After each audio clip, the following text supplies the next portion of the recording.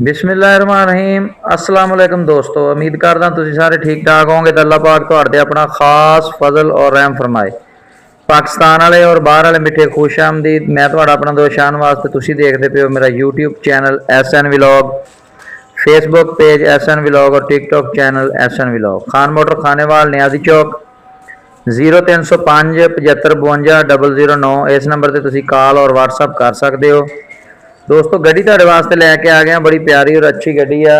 Jack China की गड्डी है। जैक काफ़ी फेमस गड्डी है। अजकल 2026 नवे मॉडल भी आ रहे हैं, लेकिन ये 2013 मॉडल आ गड्डी। वीडियो तुसीं देखते पे हो।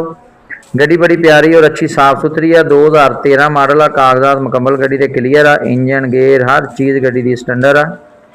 टायर गड्डी नूं सारे नवे आ। बाडी गड्डी की नवी बनी हुई है। 12 फुट फ्रेम आ गड्डी का। जिहड़ा बाडी 12 फुट की गड्डी है। बाडी हुण नवी तैयार की है। 750 16 के टायर आ गड्डी के। 6 के 6 जोड़ियाँ जिहड़ियां 3 जोड़ियाँ 6 टायर बिल्कुल न्यू पाए आ।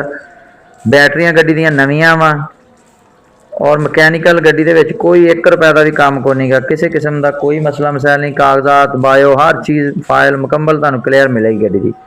बाकी साफ सुथरी गड्डी। अगर किसी दोस्त भरा नूं गड्डी चाहिए तो मेरे नाल राबता करके तुसीं ये गड्डी लै सकदे हो। गड्डी की डिमांड आ 30 लाख रुपया कैश पे आ और थोड़ी जी कमी पेशी भी ये हो जाएगी।